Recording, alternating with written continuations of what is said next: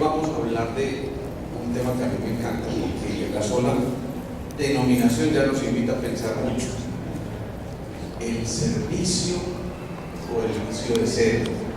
Hemos hablado mucho de estas cosas y de cómo el ser humano va encontrando en la oportunidad de servir la manera de vivir. Y entendemos entonces que a través del servicio cada uno está haciendo un aporte maravilloso.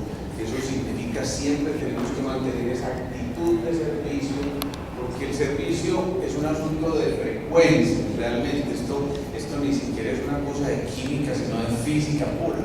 Servir significa vibrar en una frecuencia determinada, así como estas ondas que estamos viendo acá. Y cuando alguien sirve, entonces se conecta con el otro y hace que el otro vibre, resuene en ese mismo patrón frecuencial. Y si eso empieza a ocurrir, se empiezan a ordenar las moléculas en el cuerpo. Ordenar esas moléculas es aprender no solo a dar, sino sobre todo también aprender a recibir. Nos da mucha dificultad recibir, nos da mucha dificultad entender que es que también existe un dharma y que existe una posibilidad maravillosa de compensar muchas buenas acciones, aunque no deba ser ese el móvil del servicio, por supuesto. Pero normalmente quien sirve, el universo le devuelve eso como un boomerang. Es decir, esto es una carretera de ida y venida, pero en la misma connotación que tenemos que comprender este proceso. Si nosotros servimos, la vida nos sirve también, y entonces servir también es aprender a pedir. A veces, insisto, nos da mucha dificultad esto de pensar en que pedir puede ser algo que pueda fastidiar en un momento determinado, pero el solo hecho de ponernos en esa actitud del inocente, como este bebecito aquí, eso permite pensar en que es perfectamente posible pedir, pero pedir en el sentido de que nos reconocemos vulnerables, nos reconocemos nosotros mismos unos seres que podemos ir cambiando posiciones, que podemos ir modificando nuestras visiones del mundo. Y cuando servimos, entonces el solo hecho de asumir esa actitud de poder pedir implica también reconocernos humildes, quien creyera, pero saber pedir implica ser humildes también. Cada proceso en el manejo del servicio como tal implica un propósito, y reconocer entonces que cada uno tiene una misión y que puede hacer su remisión. Es decir, que todos los días podemos ir cambiando de manera dinámica lo que estamos haciendo para poder proyectarnos no solamente desde nuestro interior, sino que a través de esa proyección toquemos a los otros y vayamos variando por completo. Es lo que ocurre entonces con lo que llamamos allí los pacientes excepcionales. Esos pacientes excepcionales lo único que hicieron fue recuperarse a pesar de que la medicina los desahució, pero porque se conectaron con un patrón frecuencial completamente distinto. Dicho de otra manera, estar enfermo es empezar a vibrar en patrones frecuenciales que no son los adecuados. Es tener la emisora mal sincronizada, exactamente, es vibrar en frecuencias inadecuadas, y es entonces empezar a comprender que vale la pena asumir la actitud del cambio. Recordemos que en la conectividad neuronal está la posibilidad de que se vayan formando no solo muchas ideas, muchas posibilidades desde este punto de vista, sino que esas neuronas se conecten con las neuronas de otros y de otros, porque no existen acciones locales, no existen acciones locales.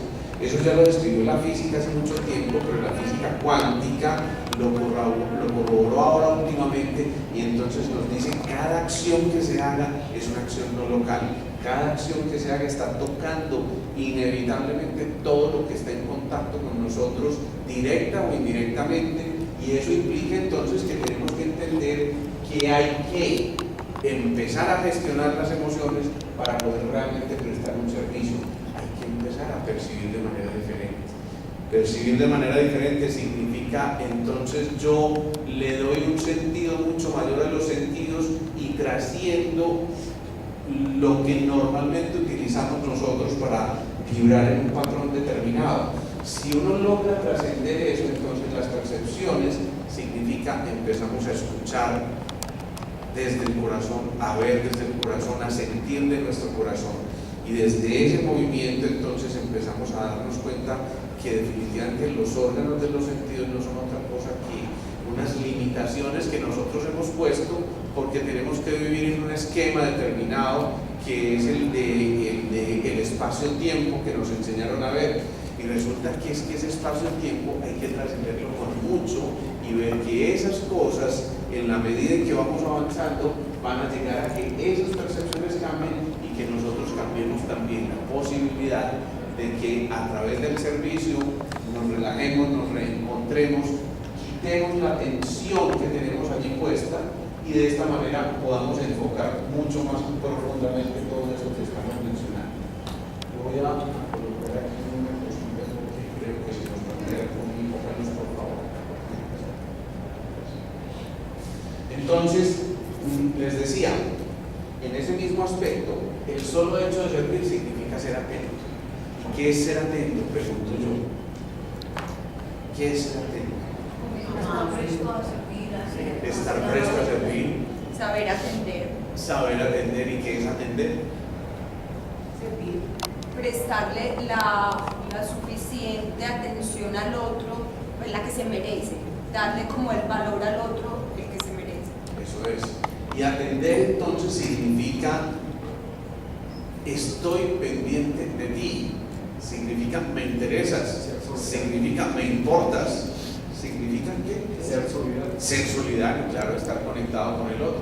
Atender significa yo me pongo en el lado tuyo, pero sin hacer la transferencia de las emociones. Cada uno tiene que gestionar sus propias emociones, nadie puede gestionarlas por uno. Cuando uno se pone en la gestión de tratar de comprender las emociones del otro, entonces ya no existen separatismos, ya no existen el yo y el tú, sino que somos una única unidad en la que estamos vibrando. Y en esa capacidad vibratoria lo que nos está invitando es a decirnos somos uno solo, y por eso estar atentos significa asumir una actitud como estas, es sonreír, es retirar los condicionamientos, es quitar las flojeras que normalmente estamos manejando, y a su vez es permitir mantener siempre la actitud del aprendiz. Mantener la actitud del aprendiz es rescatar la sencillez, lo elemental. Las cosas elementales frecuentemente son las más profundas. Cuando estamos en ese proceso de las profundidades, normalmente empezamos a comprender que no es necesario complejificar las cosas, sino al contrario, las cosas pueden ser complejas, pero el arte está en precisamente traducirlas a lenguajes sencillos. Por eso tal vez el reto más grande que nosotros tenemos como seres humanos es comunicarnos con los niños, que apenas se están formando, apenas están en esa formación, pero el hecho de que estén en esa formación nos reta a nosotros a volver a ser niños, a ocupar ese espacio, a vibrar donde no había condicionamientos, donde no había apegos, donde no había resentimientos, donde no había ningún tipo de paradigmas por seguir y donde simplemente existía un vacío dispuesto a ser llenado de todas las emociones que estaban ahí flotando en el medio ambiente. Entonces, el solo hecho de asumir esa actitud de aprendiz implica seamos sencillos. Seamos sencillos es volverse a conectar con la fuente. Ser sencillo significa utilizar el camino más expedito para poder comunicarnos con el otro, y el camino más expedito es el que trata de fusionarnos, el que trata de encontrarnos para a su vez preguntarnos ¿para qué servimos? No solamente para qué servimos en el sentido de para qué sirve este micrófono, sino para qué realmente nos encontramos con el otro. ¿Qué importancia tendrá eso de servir? Es la pregunta. ¿A alguien se le ocurre qué importancia tiene eso de prestar un servicio? Todos, de alguna manera, hemos prestado algún servicio alguna vez. La primera pregunta es, ¿qué sensación hay después de que se presta un servicio? Un verdadero servicio. Satisfacción, plenitud, bienestar, equilibrio, alegría. Todo ese tipo de cosas están ocurriendo. Si nosotros nos alimentamos de pensamientos y emociones positivas, entonces ¿por qué renunciar a que eso sea devuelto para nosotros? Lo acabamos de decir, miren, nadie escribió una emoción negativa con la actitud de servicio. ¿Qué implica esto también? Insisto, que cada que servimos nosotros tenemos la oportunidad de recuperar la alegría, la plenitud, todo esto que acaban de decir, la armonía, la paz, la felicidad, la alegría, todas estas cosas que están ocurriendo en el interior. Entonces, de ninguna manera esto puede ser codificado dentro de un esquema absolutamente rígido y prestamos un servicio porque a partir de este momento, si yo presto este servicio, obtendré tal cosa. Eso no es ningún servicio. Eso es buscar una recompensa, ahí sí, de un patrón vibracional muy bajito que no permite que nos elevemos en las intenciones más sanas, y entonces no se pone ese amor en movimiento, que finalmente es lo que dice el servicio, poner el amor en movimiento. El corazón se está comunicando continuamente con todo el cuerpo y se está comunicando continuamente más en una actividad de servicio. Quien sirve permite que la variabilidad cardíaca vuelva y se estabilice, y permite que la coherencia cardíaca, que es esa propiedad de comunicarnos con los otros sin ni siquiera manifestar una sola palabra, porque ya hay un corazón amoroso que envuelve y te involucra y te invita, y este proceso entonces lo que está permitiéndonos es volver a conectarnos con lo que somos, con ese centro. El centro del centro está ahí, precisamente en el lugar que cada uno tiene que ocupar desde el servicio. Ocupar ese puesto desde el servicio significa recuperar, insisto, la plenitud. Así como en esa imagen, miren esa imagen, es provocativa, ¿cierto? Uno dice, vale la pena sentirse así. Sentirse así es ocupar el espacio que a cada uno le corresponde en el momento justo, con las personas justas y en el espacio justo. Eso significa entonces sintonizarnos, sincronizarnos, sintonizarnos, que también es estar en procesos de espacios recorriéndonos a nosotros mismos y recorriendo la humanidad para poder entonces empezar a fluir de esa manera. Pero también implica responder a las necesidades del otro. Eso es el servicio. O a las necesidades del otro, no a lo que el otro quiere, porque no necesariamente lo que quiere es lo que necesita. Y hay que aprender a hacer la diferencia grande, porque una cosa es la sensiblería y otra cosa es la sensibilidad. Una cosa es servir realmente con ese propósito de encontrar qué es lo que verdaderamente requiere el otro, y no simplemente de manera demagógica darle lo que el otro reclama. A veces, y la gran mayoría de las veces, estamos en ese ocupar el espacio que nos permite, así como en la gráfica, poner nuestras manos a disposición. Y poner esas manos a disposición significa volver a rescatar el presente. El presente es eso, un presente, un regalo, un aquí y un ahora, un momento absolutamente irrepetible, que es el instante que está repleto del vacío. Eso suena paradójico. Estar repleto del vacío significa estoy dispuesto a llenarme con todo lo que hay en nuestro alrededor. Y si cada uno elige con qué quiere llenar el depósito, pues entonces seguramente tenemos ese arte que mencionábamos recientemente de la abolición, de poder elegir voluntariamente qué es lo que queremos que llene esos espacios. Llenar esos espacios implica entonces también, uno, gozársela como esto. Yo no sé si les conté esta historia, pero esto es real. Alguna vez me llamó la secretaria por teléfono, me dice, doctor, es que no sé qué hacer, hay un paciente que me está preguntando si puede, que si yo atiendo locas, que si usted atiende locas, ¿no? Yo le digo, ¿cómo así? No sé, es que es un señor muy raro por teléfono. ¿Yo qué le digo? Yo le dije, mire, por prudencia, dele la última cita, que haya mucha gente en la sala de espera, por lo menos así nos cubrimos un poquitito, ¿sí? Pero de pronto cuando llegó la hora, entonces este fue el personaje que me recibió. Y entonces, por supuesto, me llamó confundidísimo y me dice, por Dios, doctor, ¿qué hago? Es que esto es mucho más raro de lo que yo pensaba que iba a llegar. No, yo le dije, pues yo pensé que era cualquiera que estaba ahí medio desvirolado o algo, ¿no? Y después, no, dígale que siga. Cuando siguió yo me encontré eso. Yo llamé a Ana María y le dije, Ana María, entonces ¿yo qué hago? Pero la actitud fue todo el tiempo esta. Este hombre, desde que llegó hasta el final de la cita, se contó en promedio un chiste. Yo le hice el conteo de verdad, en promedio, cada 30 segundos un chiste nuevo. Yo no podía parar de reír, de verdad no podía parar de reír. Él se vestía así, miren la barba que tiene, pero además este gallo está vivo. Sí, claro. El gallo está vivo. Entonces, ustedes se imaginan lo que se puede atender este señor. Yo decía, ¿cómo hago? ¿Para quién fue la terapia? Allá voy. Miren lo tan especial que fue esto. Esto fue una cosa muy linda porque resulta que este hombre no es cualquier loquito, no es cualquier retrasado mental, este tipo es un filósofo.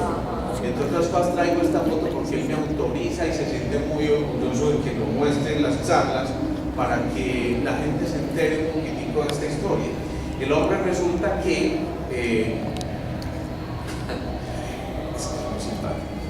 es filósofo, hizo por allá estudios en Barcelona, en todas partes, y de pronto a él le dicen que tiene un SIDA, le descubren un SIDA, y eso fue hace 25 años, un SIDA, 25 años atrás. Ustedes se imaginan lo que eso implica 25 años atrás. Entonces el médico que lo atendió le dijo, hombre, muy triste, pero usted no tiene más de un año de sobrevida, usted tiene que pensar en que a partir de ahora pues simplemente organice sus cosas. Y él dijo, pues si yo me voy a morir en un año, me voy a morir muy contento y haciendo lo que yo quiero. Pero lo más grave es que para ese entonces a su hermana, su único pariente además, le descubrieron un cáncer de seno y resulta que también le dijeron que se iba a morir. Entonces dijo, yo no voy a morir a mi hermana de tristeza. Y esta fue la actitud, y por eso empezó a vestirse así, porque ella cuando lo vio se murió de la risa, y entonces dijo, pero por Dios, ¿qué es esto? Y él, sí, vamos a vivir consigo toda la vida, entonces, ¿qué importa? Y era tan la actitud que, por ejemplo, estaba en un vuelo, ¿sí? O por supuesto entró normal, pero a mitad de vuelo él se va al baño, se cambia, sale vestido de mujer, y entonces la azafata lo mira y dice, señor, por Dios, usted no puede estar así aquí. Le dice, bueno, déjeme aquí. Pero la actitud es así. Se va al éxito y entonces los señores del éxito, los senadores, lo van a frenar. Usted por ningún modo, no, de ninguna manera puede estar aquí, de esta forma. Él dice, bueno, está bien, entonces llámeme a mi marido que es el dueño del éxito. Es así este señor. Y resulta que este que se iba a morir hace 25 años, curiosamente, y por eso traje esta imagen, este señor, hoy, lo vi la semana anterior, pero me llegó ya no así. El hombre vive en Nueva York. En Nueva York es toda una celebridad. Los policías lo adoran, toda la gente lo quiere, pero resulta que una psiquiatra lo vio en la calle y usted no puede estar hacia aquí. Y las leyes de no sé dónde no le autorizan a que a usted lo tengan que internar en un hospital psiquiátrico.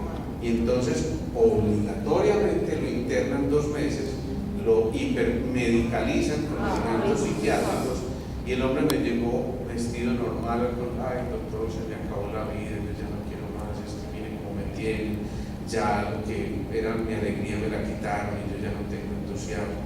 Entonces ustedes se imaginan, yo me puse a buscar en mis archivos esta foto, por fortuna la encontré y le dije, usted tiene la culpa de que yo me haya reído lo que me he reído mostrando esta foto, usted tiene la culpa de que mucha gente se ha reído precisamente por esa foto, y usted tiene la culpa, pero a su vez la responsabilidad de seguir haciendo reír a mucha gente. Y esto no va en su traje, esto va en el traje que tiene interno, y desde ese interior su servicio precisamente está dado desde ese caos que en su momento usted vivió y vive, pero que ese caos tiene que salir a un nuevo orden.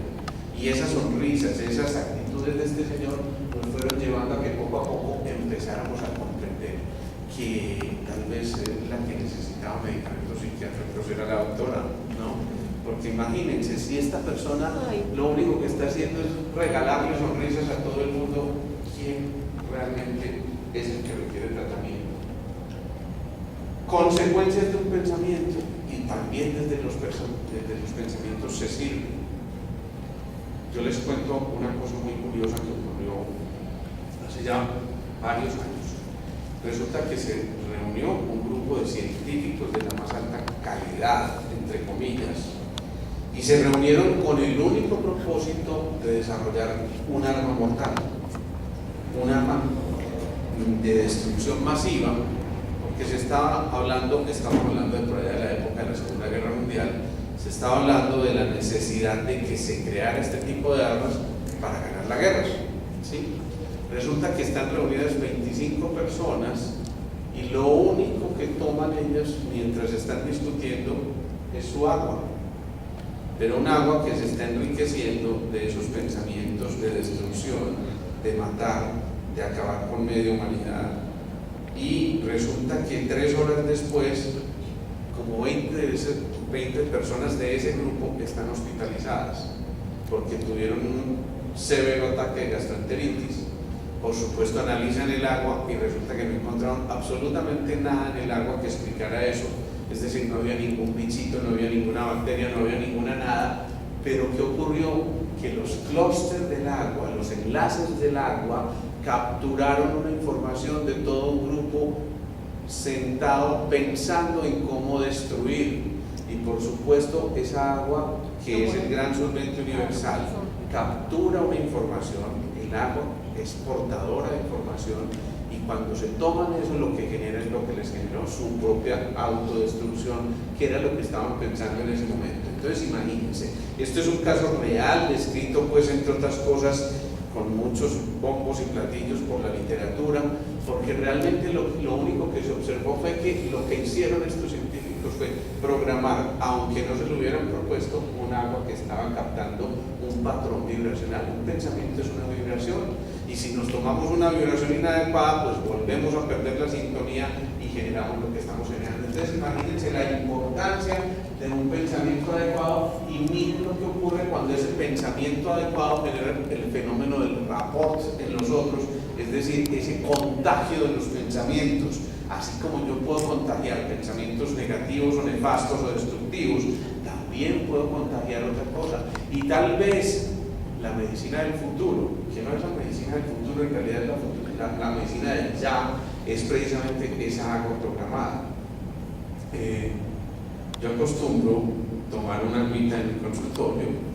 Tengo un recipiente que a mí me encanta, es un azul índigo que la sola frecuencia del azul índigo lo que hace es que disminuye la tensión superficial del agua, entonces la célula puede absorber más fácilmente el agua y, digamos, se envejece menos rápidamente.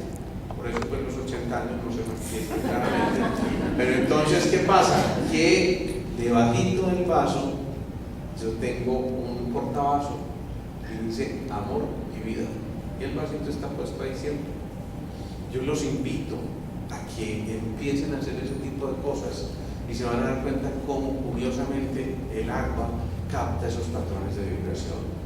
Y entonces pensemos, si somos 70% agua, tendrá alguna importancia que esa agua esté programada de pensamientos positivos, de emociones alegres, de confianza, de seguridad, de sana intención, de armonía, de paz, de equilibrio, de todas esas cosas. Si eso ocurre, ese 70% nuestro se va, entre comillas, a contaminar de esas emociones que estamos programando allí, y eso también es servir.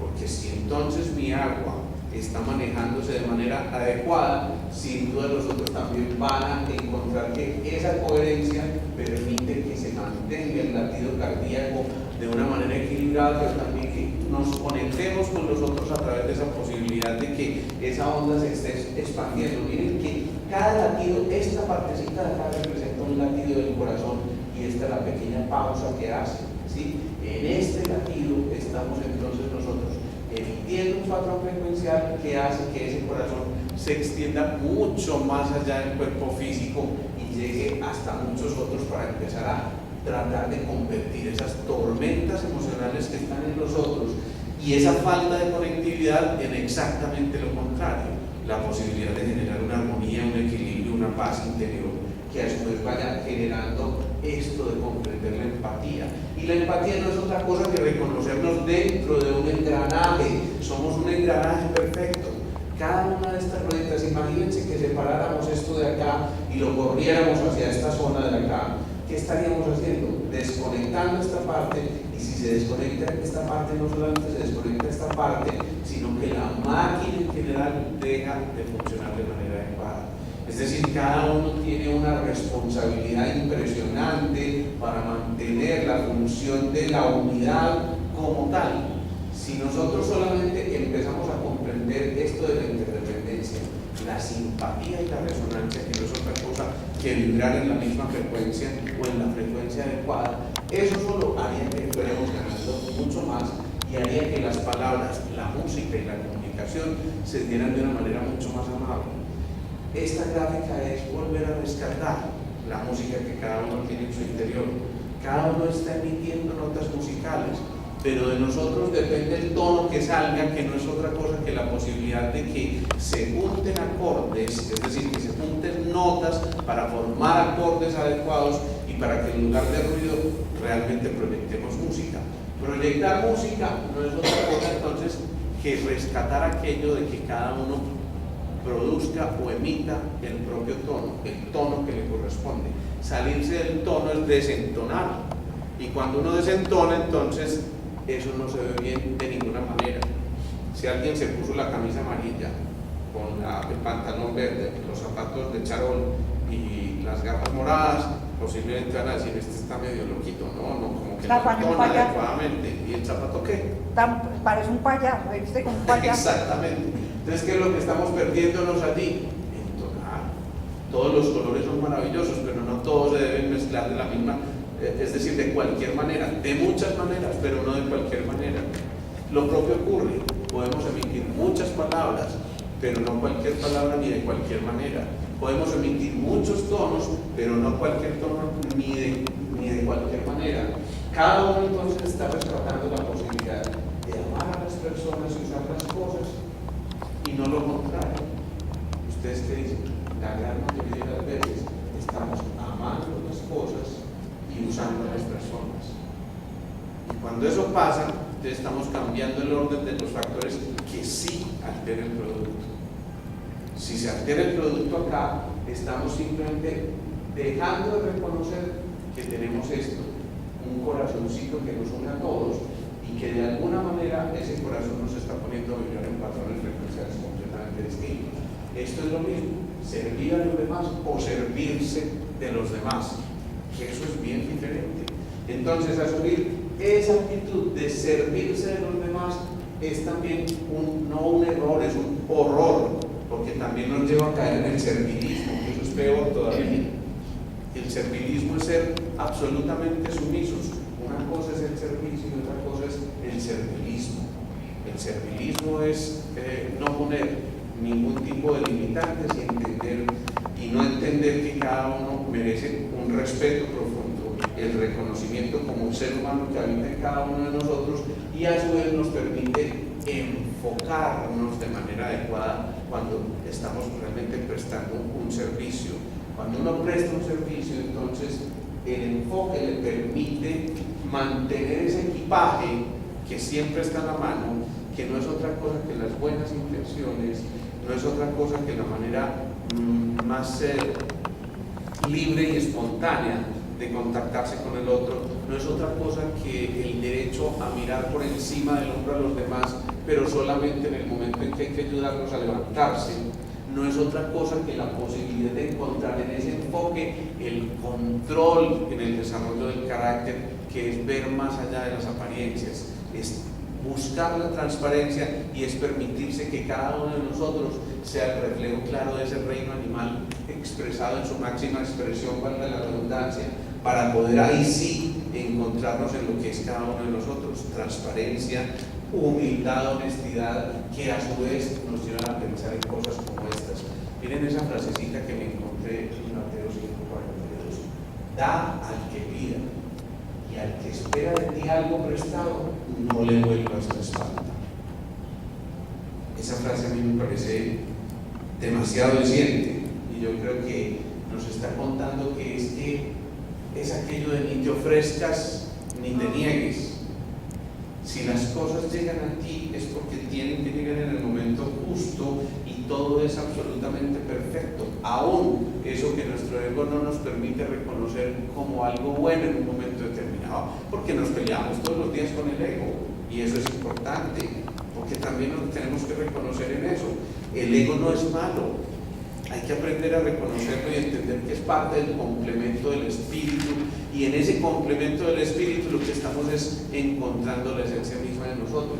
Entonces, da al que pida y al que espera de ti algo prestado, no le vuelvas a estar. Aprender a ser observador, eso es fundamental. El hecho de ser observadores nos permite a nosotros capturar todos los matices que están ahí a nuestro alrededor, darnos cuenta de esos patrones en los que los otros también están vibrando, para poder de esa manera entrar, pero no de manera agresiva ni violenta, sino de manera muy sutil, a conectarnos. Por eso la verdadera conexión entre dos personas empieza en ese momento mágico de mirarnos a los ojos, no perdernos eso de mirar a nosotros a los ojos.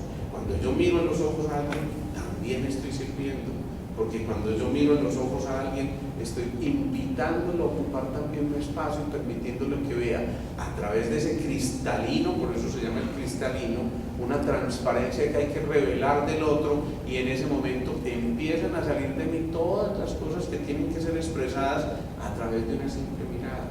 El solo hecho de rescatar esa visión que va un poco más allá, insisto, de los órganos de los sentidos, nos permite en el papel del observador darnos cuenta de que estamos rodeados de seres absolutamente maravillosos, y además entender que tenemos que tener la iniciativa de poder empezar a generar esas actividades de servicio. Frecuentemente estamos esperando que la vida nos traiga las cosas para poder servir. Y bueno, y entonces, ¿y yo para qué sirvo? Entonces nos quedamos así pasivamente. Servir es poner el amor en movimiento, ya lo hemos dicho. Servir es multiplicar esto que estamos hablando acá. Servir es que cada uno de nosotros se convierta en eso, en un,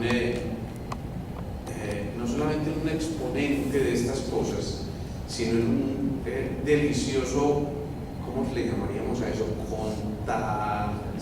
Contagiante. Multiplicado. Es raro, ¿no? Pero bueno, no sé, nos acabamos de inventar una palabra. ¿Les parece bien? Sí, si me dicen alguna cosa, yo digo que bueno, ustedes porque están diciendo que sí. Entonces, esto, ¿qué importa? Pero si contagiáramos esto, si solamente ahorita saliendo de esta reunión alguien llamara a su amigo, a su familiar, a ese que vive con ustedes, y le diera 2 o 3 palabras de estas, eso es poner el servicio, poner el amor en movimiento. Por eso, insisto, tenemos que ser multiplicadores de esto, no quedarnos pasivamente a que la vida nos siga dando cositas y cositas y cositas, sino que tenemos cada uno de nosotros que aportar para poder entender que esa ayuda oportuna y sin expectativas es la que todos los demás están esperando, pero además están dispuestos a dar también. Esto tiene que ser un sendero recíproco y no existe ese blanco y negro, es decir, no existe la diferencia. A pesar de que están los matices distintos, la oportunidad del servicio está siempre presente, y entonces no hacemos diferencias que realmente no marcan para nada el significado de los actos profundos.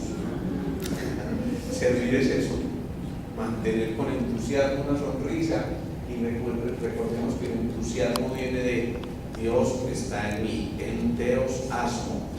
Dios está en mí, eso es lo que significa entusiasmo. Mantener la sonrisa es eso que acabamos de ver. Cada uno vio eso. ¿Y qué hicimos? Nos reímos. Eso es aquello de las neuronas en espejo, y eso es lo que nosotros también deberíamos estar contagiando. La pregunta es ¿cuántas veces lo hacemos?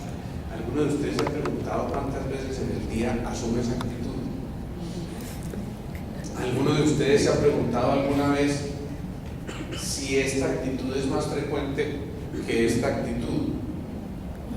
Algunas nos hemos preguntado qué tan importantes somos, o cuántas veces nos atrevemos a hacer deliciosamente el ridículo. Esto es un cuestionamiento complejo. Cuando yo les digo tratemos de ocupar el espacio que cada uno debe tener, ese espacio debe incluir mínimamente una sonrisa, mínimamente debe incluir una actitud de querer que el otro tenga la satisfacción de contagiarse de ese movimiento extraño de los músculos, que va generando que se deforme ligeramente esa parte que llamamos la cavidad oral, para que el otro pueda tranquilamente expresar una sonrisa. Y expresar una sonrisa implica mover mínimo 40 músculos. ¿Ustedes sabían eso? Eso es un ejercicio aeróbico maravilloso. Entonces, nos estamos diciendo todos los días que es rico perder este kilito de peso. Bueno, hay una buena manera. Sonrían y van a perder mucho más fácilmente el peso. ¿Sí? Ahora que no me salgan con la excusa, y yo como estoy delgado. No, por eso, porque eso implica que entonces nosotros nos estamos alimentando de esto también. Sonreír y sonreír con entusiasmo significa volver a rescatar este valor de la tenseridad. Cuando uno sonríe, mantiene la estructura. Cuando uno sonríe, no solamente mantiene su propia estructura, sino que le ayuda a los demás a mantener la estructura.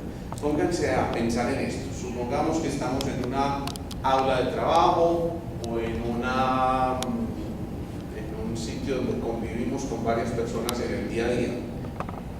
Imagínense que alguien llega todos los días y tiene un también extraño rótulo que se llama jefe. Hay gente que confunde ser jefe con ser el huraño, el serio, el que tiene que regañar, el que tiene que hablar con voz alta, el que esas cosas. Y hay otro que de pronto llega y a lo mejor es el más humilde de los empleados de ese sitio o el más humilde de los integrantes de ese grupo, y resulta que llega cantando Rosa, qué linda es, una maravilla, y entonces todo el mundo le dice, está loquita pues otra vez, ¿no? Pero la actitud suele ser así en nosotros los adultos. Miren cómo es la actitud en un grupo de niños. Si ese mismo niño llegara cantando, pongamos una canción, digamos que más de ellos, y estoy hablando de los niños de 3, 4 añitos, entonces ellos dicen, Elena la ballena, y a los 2 minutos hay 3 o 4 niños cantando, ¿sí? Y la Ivana tomaba café a la hora del té, ¿sí? Eso nos parece a nosotros ridículo, pero ustedes se imaginan la cantidad de emociones que esos niños están moviendo. Ustedes se imaginan después ese niño que llega después de haber entonado y generado su música en su interior, se imaginan lo que puede producir en alguien que está escuchando a ese niño cantando. No es mucha gracia que yo diga, y la Ivana toma, pero imagínense el niño, y la Ivana toma café a la hora del té. Y ahí sí se rieron, ¿ven? Necesitamos o no despertar ese niño interior. A veces nos quedamos de verdad tomándonos la vida muy en serio y siendo unos verdaderos tristes santos, porque eso es lo que es un santo triste. Entonces, volver a recuperar la sensibilidad es también volver a recuperar las actitudes y las posibilidades de tomar decisiones adecuadas en los momentos, también insisto, más adecuados. Tomar una buena decisión es una actitud de servicio. A veces las decisiones, digamos, van en contravía de muchas de las cosas de tal vez el interés de algunos, pero si van en la dirección de un bien mayor, hay que permitirse que estas decisiones y estas actitudes se presenten de manera adecuada. Normalmente quien sirve facilita, quien sirve no obstaculiza, quien sirve entonces es portador de buenas noticias.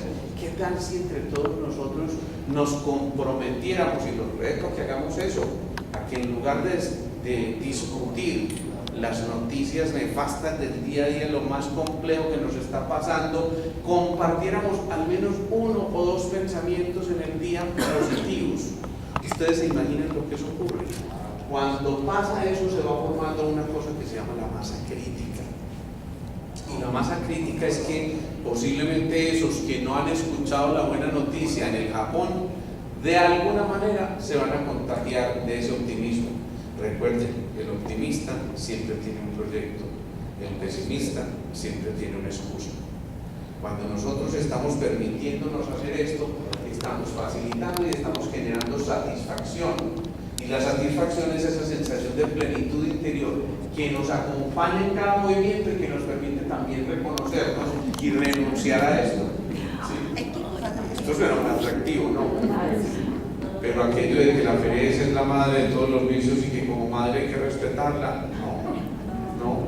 Eso significa, a veces hay que renunciar a la comodidad, a veces hay que salir de la zona de confort, a veces hay que dar ese paso gigantesco para no quedarnos ahí anquilosados como hasta ahora hemos estado acostumbrados y permitiéndonos que cada día tenga una sorpresa.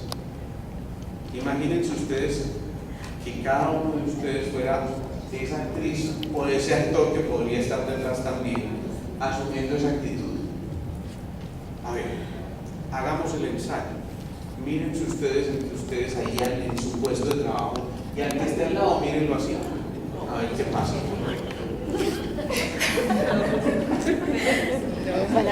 Pregunta, ¿alguien se enojó? Claro, todos inmediatamente cambiaron la actitud. Y esto de abrir los ojos significa simplemente permitamos que la luz esté en nosotros. Permitámonos ser claros, permitámonos ser transparentes. Asumir la actitud de sorpresa es volver nuevamente a ser ¿qué? Y volver entonces a la levedad y volver a lo que hemos dicho tantas veces, es conservar eso. El entusiasmo es conservar la posibilidad de que cada acto nuestro sea una posibilidad útil, que cumpla, insisto, con las necesidades y que satisfaga también lo que los otros y nosotros necesitamos. Que no haya actos hostiles ni innecesarios, y eso solo nos permite volvernos a empoderar.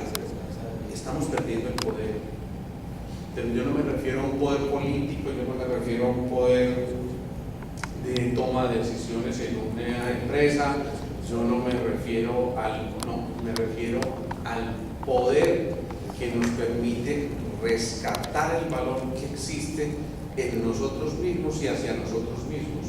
Empoderarnos significa volver a tomar las riendas. Empoderarnos significa hacernos responsables de nuestro propio albedrío. Empoderar significa destinar. Ese es otro verbo que acabamos de crear, destinando. Vamos a crear la manera de generar el destino para nosotros. Si el destino ya estuviera ahí como muchos piensan, pues entonces ¿qué sentido tendría haber venido acá? No, yo no voy a hacer nada porque todo lo que yo haga ya lo decidió el destino por mí. No tiene ningún sentido. Cada uno modifica su propio destino y eso implica empoderamiento, que yo creo que esta gráfica lo muestra perfectamente. Fíjense cómo entonces nos atrevemos incluso a hacer cosas que nunca pensaríamos, ¿sí? Y eso solo también significa que tenemos que ser veloces y estar dispuestos en el momento en que se requiera de nuestro servicio. Sí, déjame, yo pienso a ver que de pronto podría ser, tal vez a lo mejor, quizás, quién sabe, algún día, sí, y vamos aplazando, y vamos, ¿cómo se llama eso? Procrastinando en el día a día, y nos vamos perdiendo, insisto, de esta maravillosa posibilidad. Así como lo estamos viendo en esta ave que está allí dispuesta, cada uno, si asumiera esa actitud de servicio, podría perfectamente incrementar la velocidad, y cuando la velocidad se incrementa, lo veíamos recientemente, ¿qué le pasa al tiempo? Se empieza a reducir.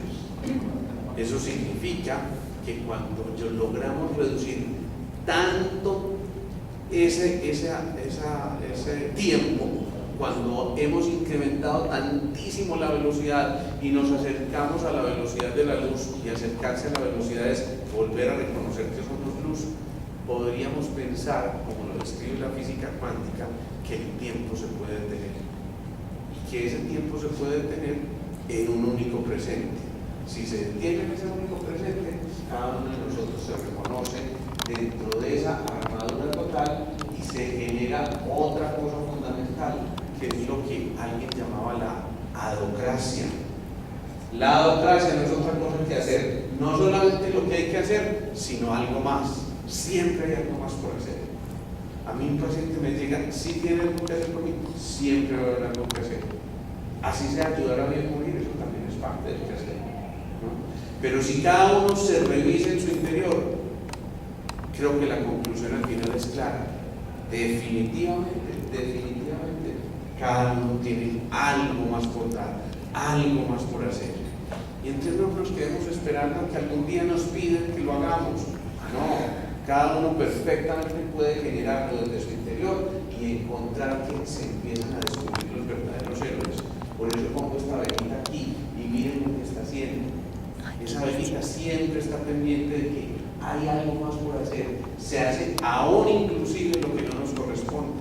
Hay momentos en que estamos ahí desocupados y el otro está súper atareado, pues qué rico poder servir en ese momento y qué rico poder ser uno de esos héroes que a su vez nos ayudan a descubrir los héroes interiores.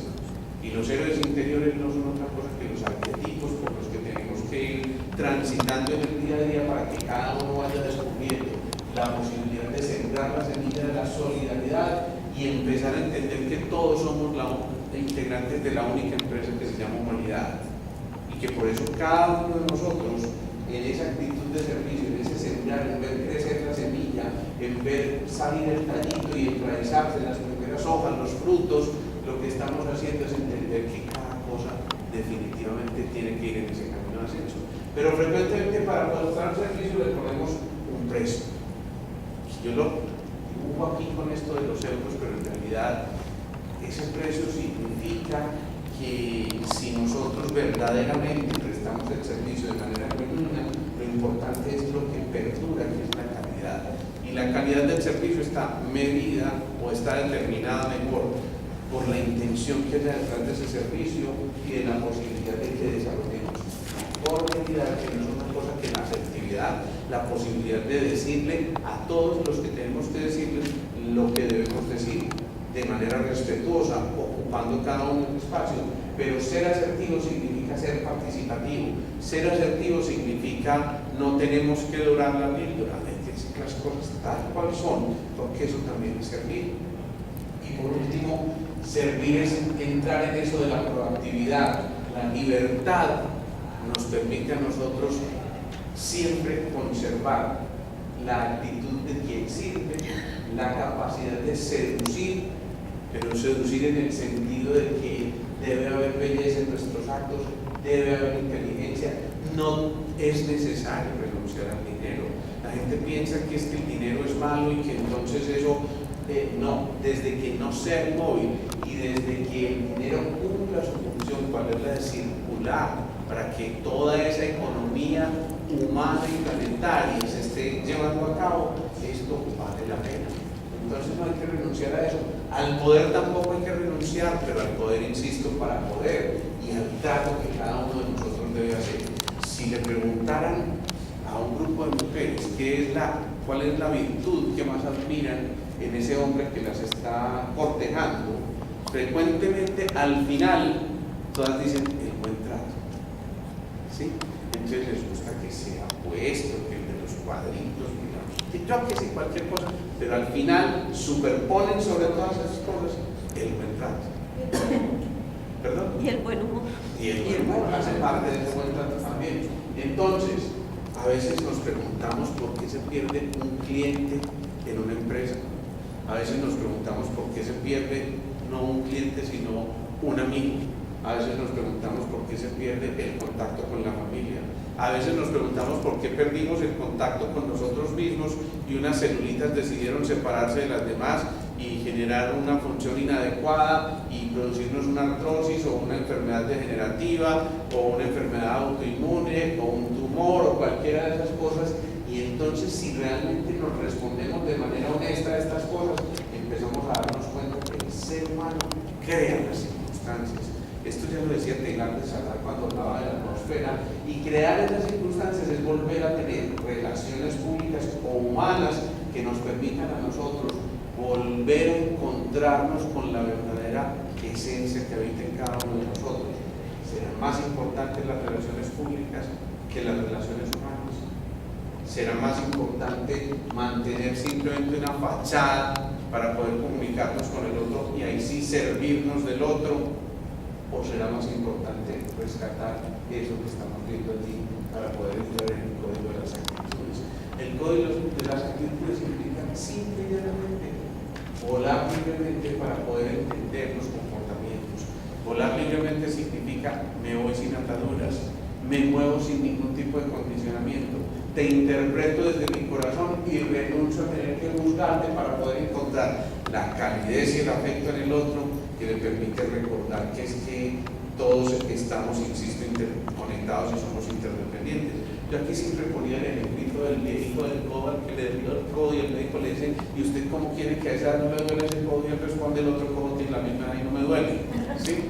Es comprender entonces que en eso, de la calidez y el afecto, está esa posibilidad maravillosa de la brazoterapia.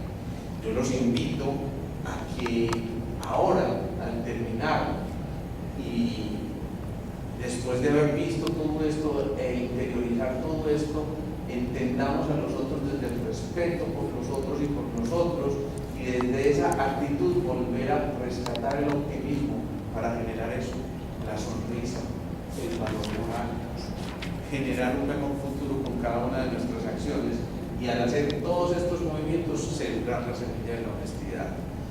Y pocas veces lo hago, pero yo les digo que sonreír es un deber, ni siquiera es una posibilidad, es un deber, porque sonreír significa poder encontrarnos en cada una de las situaciones de la vida con una posibilidad maravillosa de quitar las cargas. Sonreír al despertarse, al encontrarse al otro, al saludar, al ir al trabajo, al servir, al momento incluso de la adversidad también es importante sonreír, y nos da mucha dificultad porque estamos ahí anclados precisamente en eso, y eso es lo que significa que nos perdamos a veces en cosas tan elementales.